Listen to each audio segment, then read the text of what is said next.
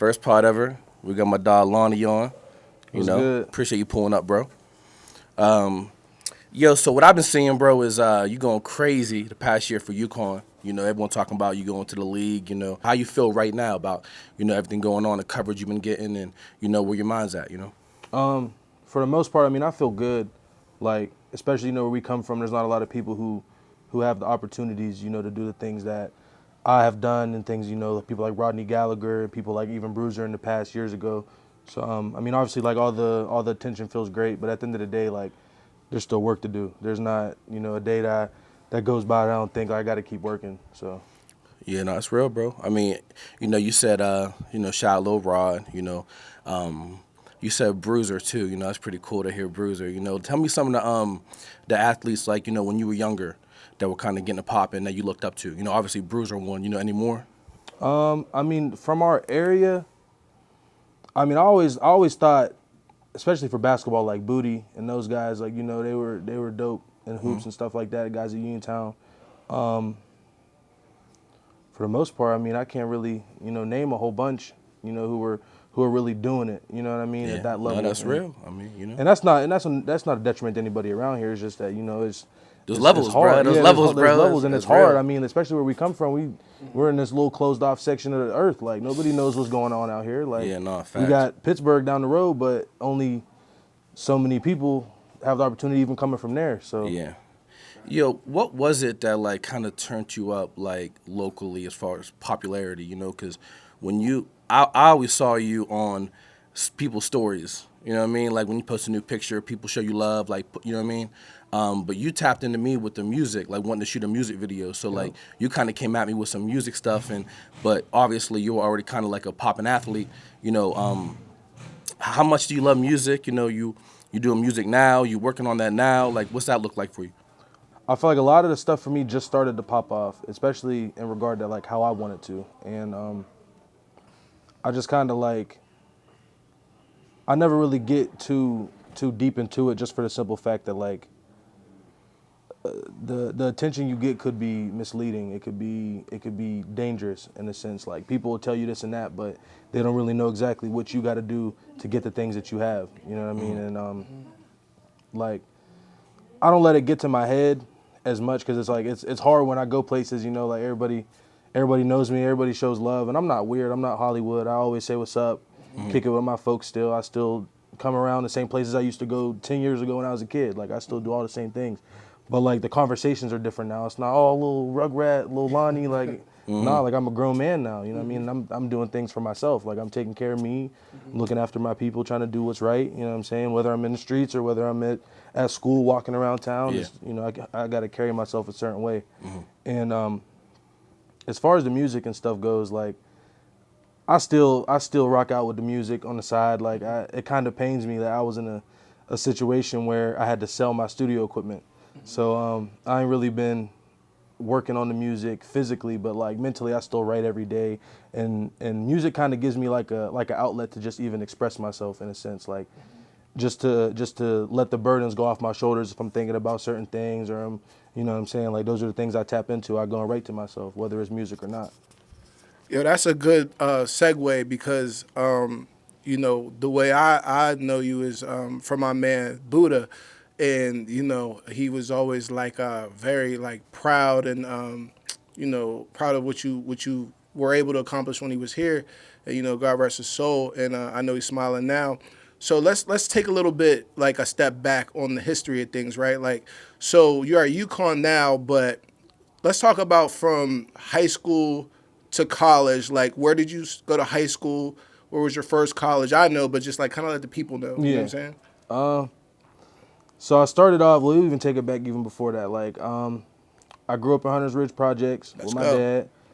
We started out there, 1408, that's the building. I remember them days, everybody outside in the streets and everybody at the green box kicking it, you know what I'm saying? Like, those were the days. That's when everybody like got along, you know what I'm saying? Everything was good. But, I got a little older, we moved from there. And my dad was like, what, I think we need to go to a different school district. And like, I'm young, so I don't really know nothing. I'm like, all right, like, where we gonna go? He said, we're gonna go across the bridge to Cal. I'm like, Cal? I don't even know what's over there. Like, I don't, you know what I mean? I don't know. So we went to Cal, that's probably the best thing for me, just school wise. Like they kind of prepared me for the future in terms of college and you know, just growing up in a different environment that's different than what I'm used to. And you know, I was at Cal, I graduated there, and then I went to Youngstown State. So yeah. that's where I committed to out of high school. And the funny part is, like, I had a lot of different opportunities aside from Youngstown State. Like, I probably left high school with like 20 plus like scholarships, but not all of them were committable because like the way that stuff goes, it's a little shady. So like, not all your scholarships are committable off the bat. And even myself, like looking at it now, hindsight, I kind of lost some opportunities just because I wasn't handling business at the time. You know, as a high school kid, you know, with class and getting better grades. Like I wasn't a dummy by any means. Like I wasn't a dummy, but I just didn't excel to the point that I felt like I needed to get where I wanted to go at an early stage. And like I even had bigger schools talk to me. I had University of Pittsburgh talk to me. I've had West Virginia talk to me. Like, and those are just locally, just close to here. And unfortunately, both of those two places were the places I wanted to go the most, and they both kind of just said, not here. You just ain't, this ain't the fit for you. So that kind of broke my heart a little bit, and I kind of just put my head down, like, all right, I'll take the best opportunity I have and just make the most of it. And obviously that led to me going to Youngstown. And if you know anything about Youngstown, it ain't the prettiest place in the world. Like Youngstown's not pretty by no means. Like man, and that's no detriment to their city. I loved it out there. I loved my time there, but I couldn't do it for a long time. You know, I was out there. I loved all my teammates out there, all my coaches. I got a quality education. I was in the business school, Williamson College of Business at Youngstown. I was one semester out from getting my business degree. And unfortunately, I had to transfer to Uconn. And when I transferred to Uconn, my credits didn't transfer exactly how they were supposed to. Ooh. So I had to restart into something else. So I couldn't get a business degree. Now I'm getting a communications degree. But okay. So that's I think you brought up a real interesting point that I think kids kind of need to hear. I mean, even me, I want to better understand that. Like, you know, you might not have the shiniest opportunity coming out of high school, but you're still finding a way. Like, how does that work? Do they still scout those smaller schools? Like, you know, how did your opportunity at UConn come about? You know what I mean? so, well, even just for my opportunity to get to Youngstown, like I'll say what I used to do, and you can ask any of the kids that went to high school with me, the kids that went to high school after me, the kids that I know in the community, people like Rodney who was just coming up, like who wanted to get an opportunity to do, you know, college football or college sports or anything like that. Like what I did, I would make myself a phone note, and I would put all my information, height, weight, squat, bench, 40, all my accolades, all the interest I've got, like a little resume, basically. Okay. So I'd put that in my phone notes, and I sent that. I promise to God, I probably sent it to every coach in the country. That's hard. On Twitter. Wow. Every coach. On Twitter? Whoever had, because that's really the thing. Like people don't Come realize. on, like, this is a hack. You got this is I the hope hack. y'all Like, paying Twitter, attention. Twitter is like the streamline of communication if you want to play college sports. Like that's where they hit you up at. That's where you have the conversations at. You know, exchange information, blah blah blah. So that's what I did. I kind of just sent a message to everybody. Whoever sees this, they see it. If they don't, they don't. I can't say I didn't try. You know what I mean? I tried, and ultimately it worked out for me because I ended up with 20 plus scholarship opportunities to play football, and I mean it's kind of worked that way.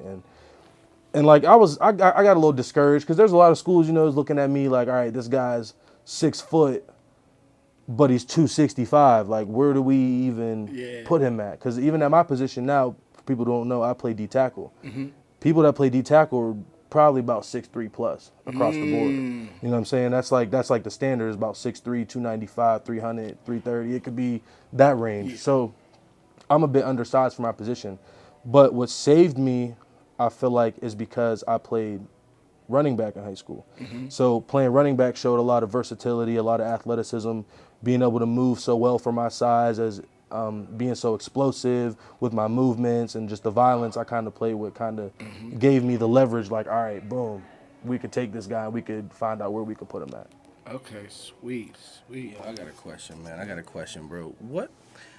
I've seen a lot of local athletes be legendary, bro. Like in high school and do the craziest things with my eyes that I could see, you know, and they still didn't make it, you know. Like, what is it that you think that like is it obviously I'm sure it's mental, you know, but like what is it that kind of that you feel like is that key factor that's making you kind of take it to the next level, like you and Rod per se, you know, what is it do you think? I would say if we do put a number one on it, I feel like number one, it probably is like a mental thing for the most part, because like I feel like if it's in you, it's in you. If it's not, it's just not. And there's no knock to you. Like there's just some people are different. And that's the same thing goes for people who go from college to the NFL. There could be great college athletes, but if they ain't got that dog in them, you know what I'm saying, that kind of mentality to them, then obviously it's not going to work for the next level. And like I feel like for me personally, the funny part is people don't realize, like, I had popularity from going to Youngstown and stuff like that, but the truth of the matter is, like, I wasn't balling when I was at Youngstown. Like, I wasn't balling. Like, I was just another guy on the team, and I kind of felt like I was just surviving. I was just riding a wave, and I was kind of feeling myself a little too much. And like, still, just credit that to me being young and not really seeing the bigger picture of the opportunity I had. And like, I feel like it sucked. It took for me to lose my dad to kind of realize, like, damn, like this shit could be over with in a second. Like, you don't realize how much time you have, and it kind of like locked me back into place. As soon as that happened with my dad, I'm like, damn, like I gotta go get this shit. Like I can't just sit here and wait around no more and waste my blessings. So I feel like that's the big driver for me right now. Like, Bro, I relate to you in a lot of ways because that's kind of what manifested this. You know, I could have done a lot of different things, but you know, once my mom died and then my dad died shortly after, I'm the type of person that always thought I had control of shit, and then you realize you ain't got control of anything. So, so I 100% agree with you on that. So let me ask you this, because I know, like, I'm watching. I'll be capping if I say I watched every game. I didn't watch every game, but I kept up on the stats every game. I think it was like, I have some notes here. You got like 32 tackles, bro. 30. I have 32. I don't know if that's right. Just run me down like your tackles, and then for your position, the amount of touchdowns. Was it six yeah. touchdowns? Yeah. Look, bro, I was sharing in my stories. Like, you know what I'm saying. So like, break down those stats, like, cause I know your dad would. I know your dad's going crazy, like, right Yeah, now. You know what I'm saying? for Like, sure. So this season I finished with, you could look at a different couple places because PFF and ESPN, they all have contradicting statistics, but I finished with 40 tackles, 8 TFLs, a half a sack, two pass deflections, and that's on defense. And then I had, I'm sorry, it's on my eye. And then I had 6 rushing touchdowns, and I had a 10-yard pass for a first down. And for D bruh, tackles, if you know, for a like that's D what I'm tackles saying. don't score touchdowns and catch That's passes. They different. don't do that. That's different. Yeah, that's like that's a groundbreaking season, bro. This is a pod for the people, but it's also educating us, right? So, Luca lenses sports, bro. He's been tearing the sports scene up. Shout out, bro. And we have these conversations around hype, right? Because we see a lot of athletes that were going crazy, but maybe aren't getting the attention, right? So how big of a factor is hype? And have you personally been able to leverage it, or do you feel like you've been doing a good job at creating it and leveraging it for yourself? I feel like hype is kind of like fleeting. You know what I'm saying? The feeling of it is just kind of fleeting. Like, you could have all these people in your ear, telling you all these things, and it depends on the kind of person you are. See, the type of person I am, I don't really need exterior motivation or the hype per se from other people, but it does feel good. It does boost your aura. It makes you want to, what I'm saying, just ball out a little bit harder. So I feel like it's just kind of the kind of person you are. If you're the kind of person who just takes that and they're like, okay, I'm good. I don't got to work as hard. You know what I'm saying? Like, that's the kind of thing. Just to, about and not hype to I interrupt kinda- you, bro, but just to tweak the question a little bit. Do you believe, or how does hype impact business? Meaning, like, are these coaches or these programs going for the kids that, got this hype on the gram or TikTok, and they believe that, almost like if it was a rapper, it's like somebody could fill seats at a venue, they could fill a coliseum up. Do you think that has a true impact in these things? I feel like if I was a little more higher up, like let's say if I was a coach or maybe like in administration, I feel like I'd have a more concrete answer for you, but I do feel like Yeah, tell me how you feel. it Like, does. It does. I feel like that does go on. Like if you're a highly sought after recruit and you bring all this attention and notoriety, like of course they look at it like a business. If you could if you can come to my program and boost our value, that's only gonna make us what? More money for everybody. For everybody all around. It's gonna boost everything. So I feel like that is something that they do look at as like the hype, like, okay, this guy got 10 million followers, okay, we got all these donors who got car dealerships and they got medical practices, they got this and that, they got banks, okay, let's see if we can get him around them, do some business moves, now everybody's gonna eat off of that. You know what I'm saying? Like I feel like stuff like that does go down. It's just I'm not on that side of the fence to get the real deal of it, you know. Yeah. Well, let me know when you find it.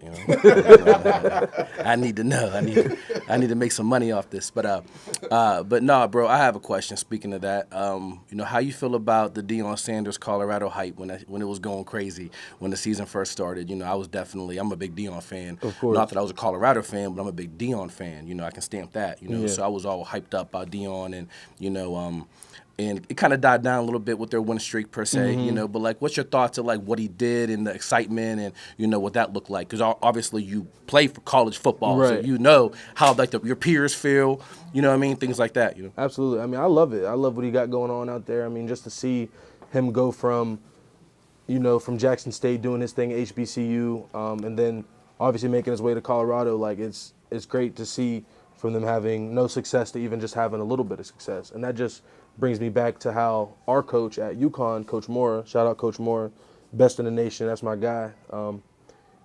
He brought Uconn up from when they were at ground level, even below that. You know what I mean? They were winning one game a season, maybe two.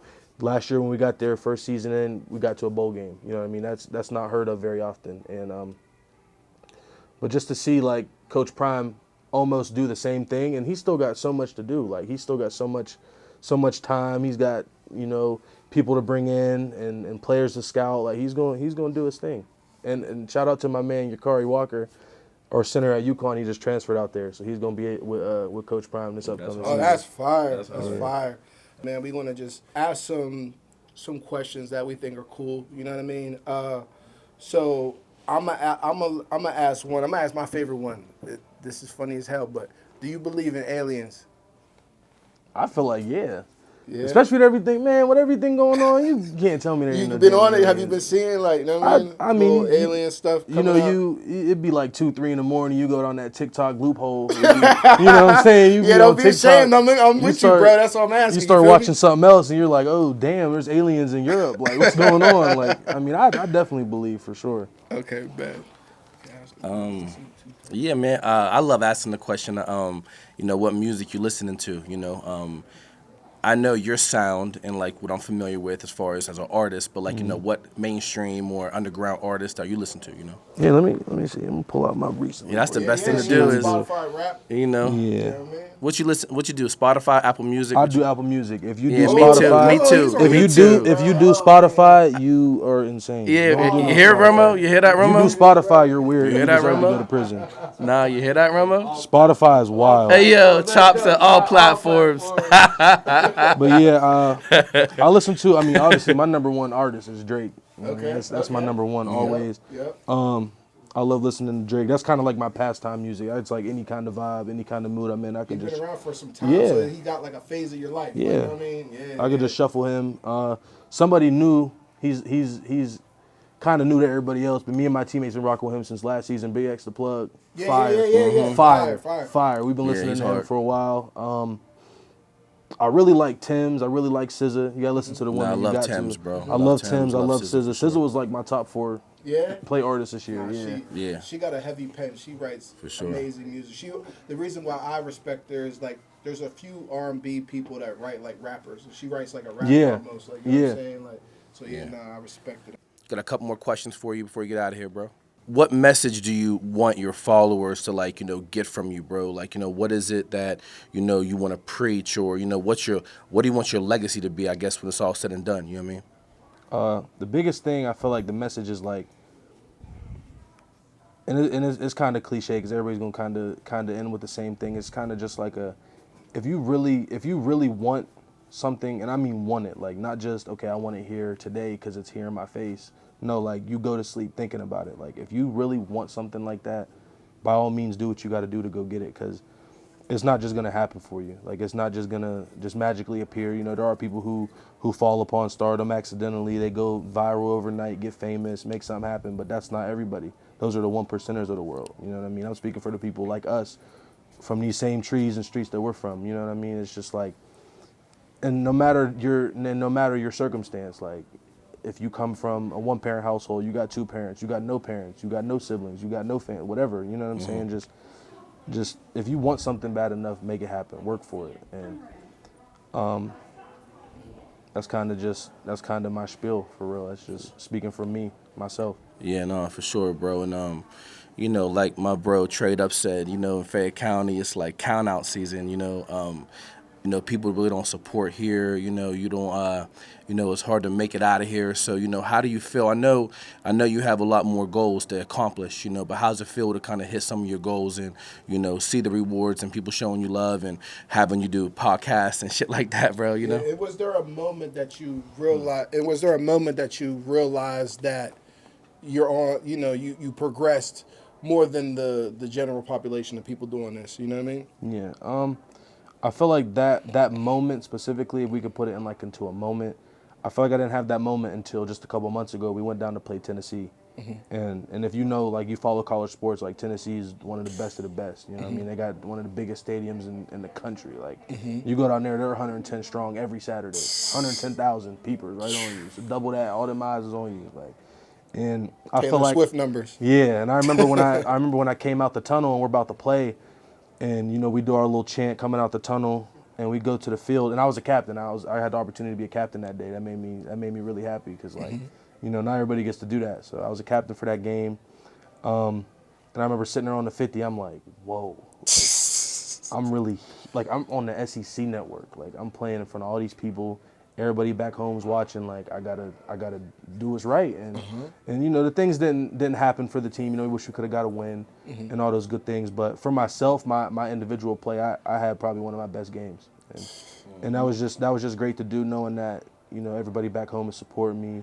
They love me. They're watching me. And just being on that 50. And I remember just standing there and just looking up, and I'm like, whoa, Bro, I got chills, like nigga. no, like, I got chills. and it's crazy. Like if you could ever, and it's not even like I reached like my peak of life and just my goals and things like that. But it's like I feel like I'm on the outside of the fence. All I gotta do is climb it, and then I'm there. You're Like there. you know what I mean? Like I'm outside the fence, just like let me in, let me in, let me in. Like, and then and let's say if I do make it to the next level, you know, like. When you get to the other side of the fence, boom, there's going to be a house right there. You got to get through the window. Like, you know what I mean?